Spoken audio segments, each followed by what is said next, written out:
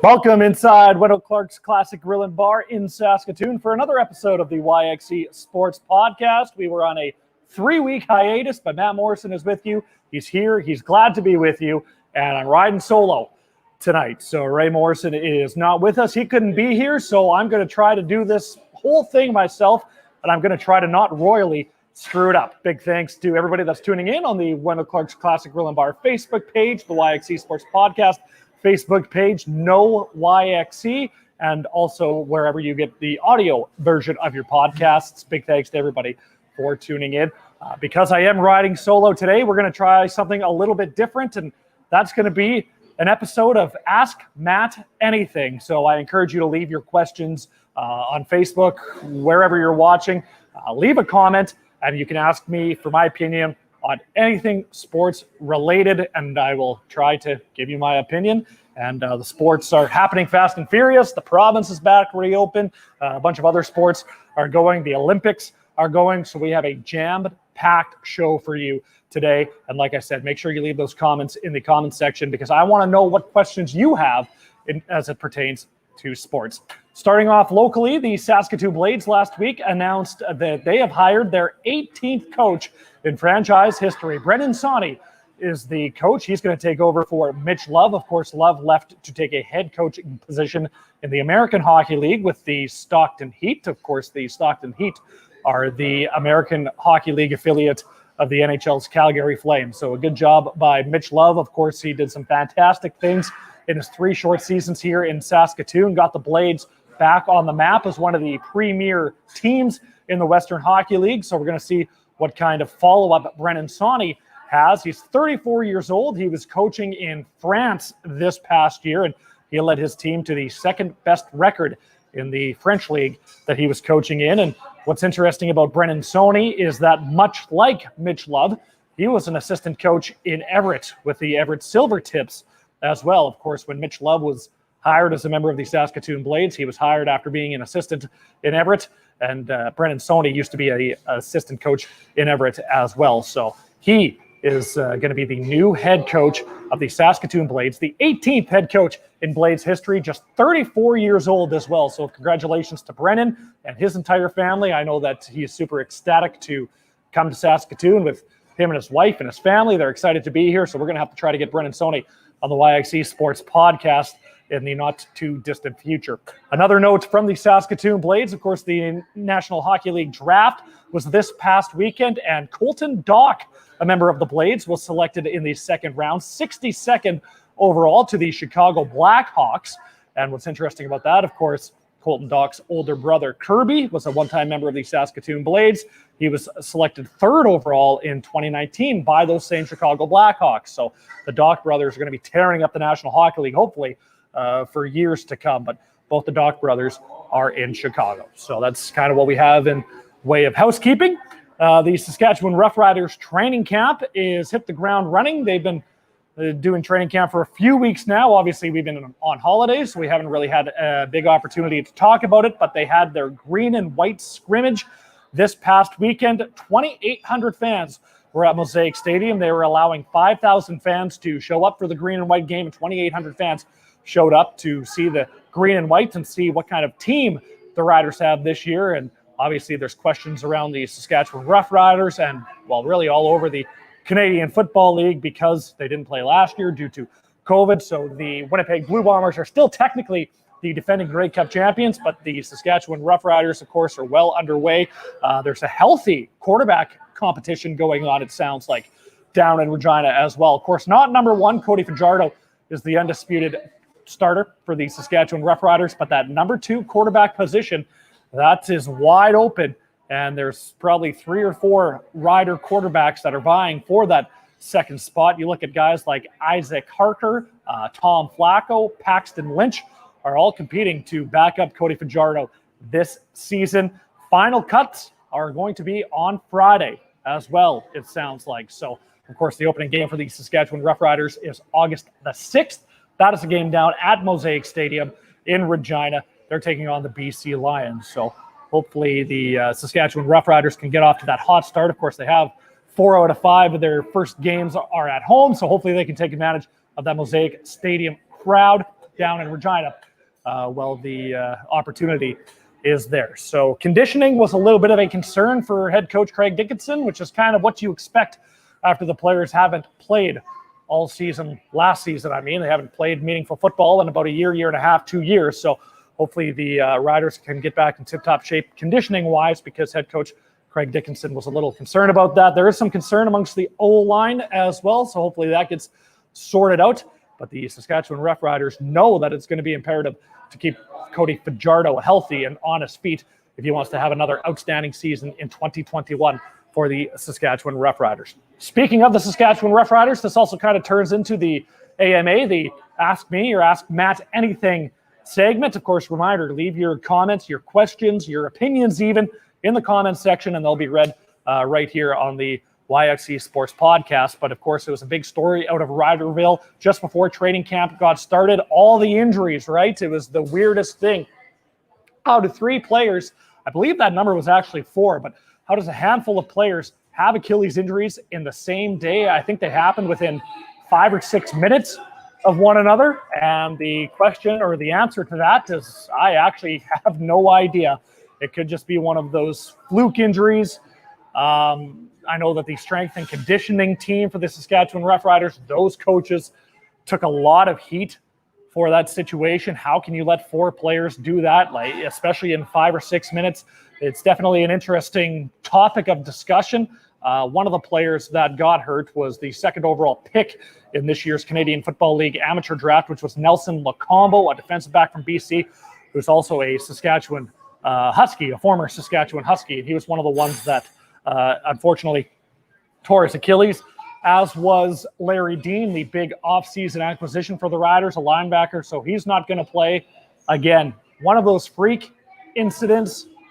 I know the CFL Players Association was super concerned, super worried, and kind of upset and a little bit hot over the fact that the strength and conditioning team for the Saskatchewan Roughriders let this happen. However, the last I heard about it is that this was a workout, or these were workouts that were mandated and they were allowed, because that was the big discussion.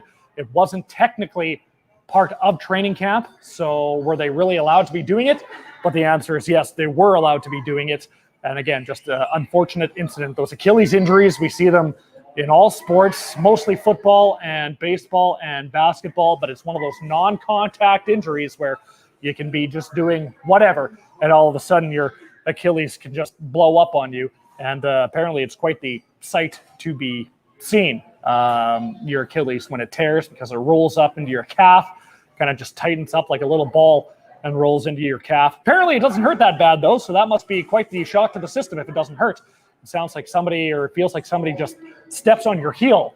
From what I've heard, I'm going to knock on wood because I've never had an Achilles injury, and I hope to never have an Achilles injury. But that's the word on the streets in terms of those injuries for the Riders. They have to make do. Every team is going through injuries, and we'll have to see what happens. Question from Melissa on the Facebook live stream. What do you think the Jays will need to do to clinch that wild card spot in the playoffs? Of course, they're taking on the Boston Red Sox, a huge series against the Boston Red Sox. Both of those teams are in the American League East, and it's not hard to look at the Blue Jays starting rotation and the Blue Jays bullpen and say, well, you kind of need some bullpen help. So it looks like that's the way that the Toronto Blue Jays are going to be trending at the trade deadline. The trade deadline is next Friday, or this upcoming Friday, I guess I should say. But it sounds like the Toronto Blue Jays are going to be looking for some bullpen help and looking for some starting pitching help as well. Marcus Simeon's name is out there as a potential player that the Toronto Blue Jays could trade, as his starting pitcher, Robbie Ray. I'm not sure how effective trading Robbie Ray is going to be. He's been one of the better starting pitchers for the Toronto Blue Jays this season. The Toronto Blue Jays, as a reminder, return home to Toronto. That was another big story that happened while we were on vacay. They received approval from the federal government to return back to the Rogers Center starting this Friday, July 30th or 31st, whatever that Friday is, in front of 15,000 fans. The Kansas City Royals will be in town for that opening game, or opening series, I should say, for the Toronto Blue Jays as they return home. So you can probably expect that all 15,000 fans are going to be jam-packed in the Rogers Center. Of course, the last time that they were at home in Toronto was back in 2019. They spent last year playing in Buffalo. This year they've split between Buffalo and Dunedin, Florida. So it's good that the Toronto Blue Jays are able to return home. The federal government paving the way from them. My medical advice and expertise was not welcomed from Adam, as he claims that I'm not athletic enough to get on an Achilles injury and an Achilles injury. So I guess we'll just have to wait and see. Adam also asks if the Toronto Maple Leafs are ever going to make it out of the first round in my lifetime, and that's one heck of a question, Adam, and it's not looking too good. We will talk about the NHL free agency period that opens on Wednesday a little bit later on in the show as well. But the Toronto Blue Jays, I know they're a few games over 500. They have all that young talent, so it would suck and be a real waste if they weren't able to do anything with that talent. So GM Ross Atkins, Mark Shapiro have their work cut out for them this week, with the trade deadline just a few short days away. What else do we got? The Seattle Kraken had their expansion draft last week. Of course, they are the 32nd team in the National Hockey League. Some interesting choices in the expansion draft. There was a lot of players available, a lot of good players available. However, something I love to see is the Saskatchewan connection to the Seattle Kraken. A total of 4 players on the Kraken are from Saskatchewan, including a pair of brothers, Hayden and Cale Fleury. Hayden was selected from the Anaheim Ducks. Cale selected from the Montreal Canadiens. They hail from Carlisle, Saskatchewan, down by Regina, southeast part of the province. So they are going to be a member of the Seattle Kraken. Jordan Eberle, of course, the longtime Regina Pat, the longtime Edmonton Oiler and New York Islander. He was also a hero of sorts for Team Canada at the World Juniors about 10 or 11 years ago. He hails from Regina. He was picked up from the New York Islanders, and Cole Lind was picked up from the Vancouver Canucks in the Seattle expansion draft. Now, ESPN said that Cole Lind hails from Swift Current. However, his actual home, is in Shaunavon, Saskatchewan. So ESPN needs to get their stuff figured out there in that sense. We do have some questions that came via Twitter. Dawson20Sask, this was via Twitter, asks, why have the Saskatchewan Rattlers of the Canadian Elite Basketball League been snake bitten this year? That's a heck of a question, Josh. They're 1-9. They're playing right now. Last I saw, it was 41-41 at the half. They were in Ottawa at TD Place taking on Ottawa. But yeah, they came into, they won their most recent game. But before that, they had lost 9 games in a row to kick off the 2021 season. Of course, last year they played in the modified bubble in Ontario, and they kind of bowed out of that bubble a little bit earlier than they would have liked. But you look back to 2019, which was the inaugural CEBL season, and the Saskatchewan Rattlers won the whole entire thing at home right here in Saskatoon. So it's a little bit of a shock that they bounced out from the bubble early last year. And then it's also been a real shock that they have 1 win in 9 games so far this season. However, they are on a 1-game winning streak. I don't know if you can really call that a winning streak, but they are on a 1-game winning streak. So we'll have to see where that goes. Hopefully they can make it 2 in a row. And if you make it 2 in a row, then you never know. They're not statistically eliminated or mathematically eliminated from the playoffs yet. And I think all but one team in the Canadian Elite Basketball League makes it into the playoffs. So if the Rattlers reel off a few victories in a row, then you never know what happened. Like I said, they are 1-9. They're back home Sunday, August the 8th. That is their next home game against Fraser Valley. So make sure you head out to the SaskTel Center and talk and see the Saskatchewan Rattlers. What else do we got? I know Ian wanted to talk about F1, so we'll talk about F1 just because Ray Morrison isn't here. Was Lewis Hamilton to blame, or was it a racing incident? Ian filled me in on the situation earlier today. And there was an accident in the F1 race, and a lot of people are peeved about it, I guess. That's really all I know about the F1 situation. But I do know that Lewis Hamilton is one heck of a F1 driver. Of course, we are live at Wendell Clark's Classic Grill and Bar, as we are every single Monday. Well, not every single Monday due to the fact that it is the summer holidays, but we're starting to get back into a little bit of a routine. And Wendell Clark's Classic Grill and Bar, they're wide open thanks to the province of Saskatchewan lifting restrictions. There's a bunch of people. There's a big group of people in the restaurant. The lounge is full as well. And speaking of the Saskatchewan Rattlers, Wendell Clark's Classic Grill and Bar is your home away from home for the Saskatchewan Rattlers during Rattler games. $5 bevies every time the Rattlers play on the road. So keep that in mind. If you want to see your Saskatchewan Rattlers, but they're in maybe Ottawa, maybe they're in Fraser Valley, maybe they're in Guelph or Edmonton, you can come on down to Wendell Clark's Classic Grill and Bar and see them, the Rattlers, play. Like I said, last update I have is that it was tied 41-41 at the half against Ottawa. That's a lot of talking, Ian, so I'm just going to do this because it's my podcast for the duration of the evening. The Olympics, the 2020, they're still calling it the 2020 Tokyo Olympics. Of course, they were supposed to go last year, but they were canceled because of COVID. What sport is your favorite Olympic event? For me, I don't know. Obviously, I'm assuming that we're talking about summer. The swimming actually can get pretty intense, but I noticed that skateboarding was a Olympic sport this year as well. So I was watching that the other day as I was sitting at home. Skateboarding is an Olympic event this year in Tokyo, so that's interesting. Of course, I want to know what your favorite Olympic event is, so let me know in the comments, and also you can ask for my opinion on a certain sporting event or a current event in the sports world in the comments as well. Yeah, I'd have to go with the swimming. Ian showed at me what your favorite Olympic event is. What do you like? Cycling. That's just something I can never do. What is it? They have to like cycle like 100 kms or something like that. It's just crazy. Or the triathlon, right? Where you do the rowing and the swimming, and then you do the biking, and then you do the jogging. I played slow pitch last night for the first time, and well, it's probably my first bout of physical activity in about 18 months, and my legs are just absolute jello today. And I also had to stay in a deck, so that was none too good for me. Adam has another comment. The Highway 3 baseball action starts this week. The Birch Hills Brewers' first playoff game is tomorrow. Sure, it'd be nice if Adam let me know who they were playing, but that's one heck of a league as well. So I do have to give kudos to Adam Morrison, obviously the older brother of mine, for kind of spearheading or helping spearhead the Highway 3 baseball league. It was the first time that the Highway 3 baseball league was back. First time that Birch Hills, where Adam resides, has had a senior baseball team in quite some time. So congratulations, Adam, and congratulations, Birch Hills, as they're playing the Pasqua Angels tomorrow.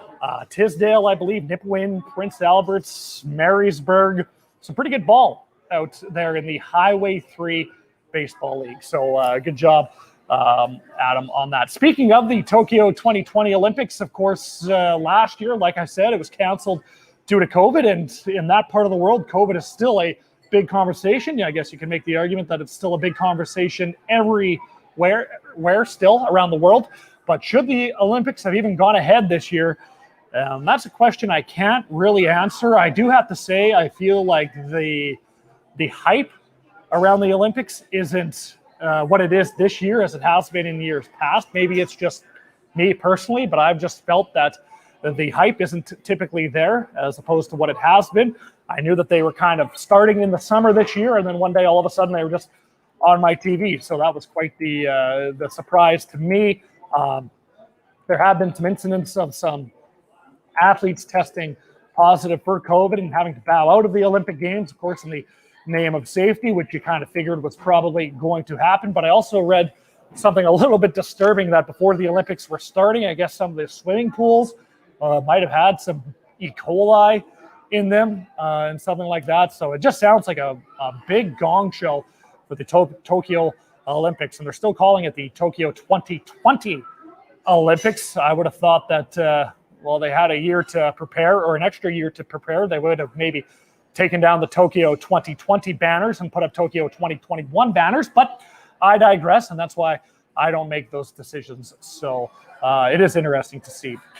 Will Husky Athletics be full steam ahead this fall? Well, you certainly hope so. I know the Husky football team has come out with a 6-game schedule, a 6-game modified schedule. They typically play an 8-game schedule. Husky hockey has an abbreviated schedule as well. There are more games, somewhere be in the 20s, I think, or something like that. Not as many games as they will normally play, however. So that'll be interesting to see. But hopefully, again, knock on wood, as it stands now, all systems go for the Huskies, all systems go for the Riders, and also all systems go for the Saskatoon Hilltops of the Prairie Football Conference as well. So hopefully they can all get off without a hitch. I do have to send out a big kudos to Brian Giebert, of course, from Saskatoon Minor Football. I had the privilege of calling the Prairie Bowl a few Saturdays ago. That was made up of the best high school players around Saskatoon and in Saskatoon, and the best high school players in and around Regina. Those two teams played in a little bit of a series, one game down in Regina, one game in Saskatoon. So I was happy to be behind the mic for that. That took place a few weeks ago at Saskatoon Minor Football Field, and also a local sporting event that hasn't got a whole ton of coverage, which is too bad because it's absolutely fantastic, is the Saskatchewan Premier Ball Hockey League. So the Premier Ball Hockey League was founded by a guy by the name of Justin D'Entremont, who plays competitively, and he wanted the Premier Ball Hockey League. So the first slate of games were on this past Saturday, and the next slate of games are the second weekend of August, I believe, out in Dalmeny. So make sure that you come out and watch that, because that ball hockey is fantastic. And ball hockey, in my opinion, is a sport that just hasn't quite taken off yet, but once it does, it will be huge. Susan asks who my favorite sportscaster is. I should probably say Ray Morrison, but I'm not going to. That honor would probably go to Chris Cuthbert, Mr. Chris Cuthbert, who is just one of the best, and he's an even better person as well, and that's the most important thing. Ray Morrison is a close second, however, but I do have to give the nod to a close friend in Chris Cuthbert, and we'll have to see if we can get him on the podcast once again as well. So that pretty much, well, what do we got left? Yeah, that pretty much wraps it up, but we do have one final comment from Ray, and that comment is, when are you going to return my weed trimmer? It's pretty high and mighty talk for a guy that couldn't make it down tonight, isn't it, Ray? So I guess that answers that question. And I do have one more comment here, question from a close personal friend. This comes from Devin, of course, one of my buddies. And his question to me is, did you or did you not cry after a trampoline power bomb from Adam in grade 6? And of course, if Adam is still tuned in, then he will know that situation all too well. But the answer, Devin, is yes, multiple times. And I still have a small fear of trampolines. We weren't all that safe in the Morrison household, so the trampoline that we had just had the springs, and it didn't have like that protective coating around it. So there was almost a couple of busted ankles, busted hands once the feet and the legs get caught in the springs. And looking back on it, in the name of safety, it wasn't all that safe at all, but that's okay. So I think that wraps it up for this week's episode of the YXE Sports Podcast. Maybe we'll just have one look through the comments once more just to make sure that there is nothing there. But big thanks to everybody for tagging along on this week's episode of the YXE Sports Podcast. Thanks for sticking around with me, riding solo, and I kind of liked it. Might have to do another edition of Ask Matt Anything. Of course, we just took 3 weeks off, but next week is the long weekend. I don't make the rules. I just enforce them. No show next Monday, but we should be returning the Monday after that into August. So have a great, safe, long weekend next week. Stay safe and stay out of this heat. I was, like I said, staining the deck this weekend, or today, I should say, and we have a south-facing backyard.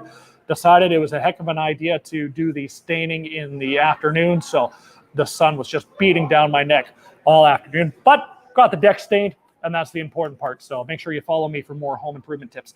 That does it for this week's episode of the YXE Sports Podcast. We will talk to you in 2 weeks.